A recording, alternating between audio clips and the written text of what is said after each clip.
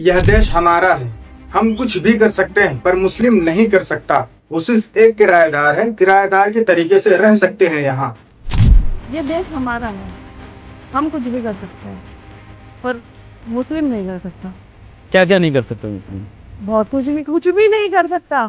वो सिर्फ एक किराएदार है, किराएदार के तरीके से रह सकता है।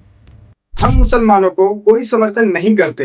इनको जहाँ देखो मुसलमानों को वही मारना चाहिए। ये देश मुसलमानों का नहीं है। हम मुस्लिमों को कोई समर्थन नहीं करते। इनको जहाँ दिखे मुसलमान को वही मारना चाहिए। मेरे हिसाब से कम पीटा, अगर मैं होता तो ज्यादा पीटता। ये देश मुसलमानों को नहीं।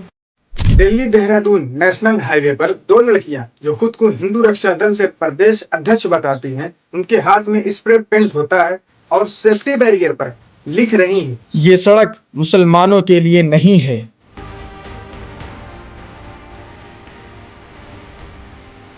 आज पूरे 10 दिन हो गए हैं। National highway authority of India अज्ञात लोगों के खिलाफ मुकदमा दर्ज तो की, लेकिन कोई खास कार्रवाई की रिपोर्ट अभी तक सामने नहीं आई।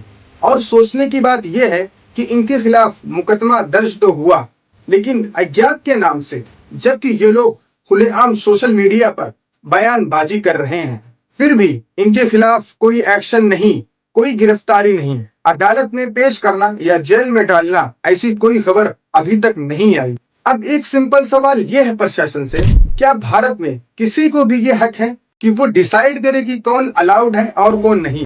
अगर सेम यही चीज मुसलमान करता तो उनके घर गिरा दिए जाते, ना जाने क्या क्या होता, और शायद यहाँ तक कि उन्हें देशद्रोही घोषित कर दिया जाता। और जब इनसे ये पूछा गया कि कोई मुसलमान ये लिख दे कि ये सड़क हिंदुओं के लिए नहीं है, तो आपको कैसा लगेगा? तो इनका जवाब सुनिए। कोई सड़क पे लिख दे ये सड़क हिंदू के लिए नहीं, आपको कैसा लगेगा?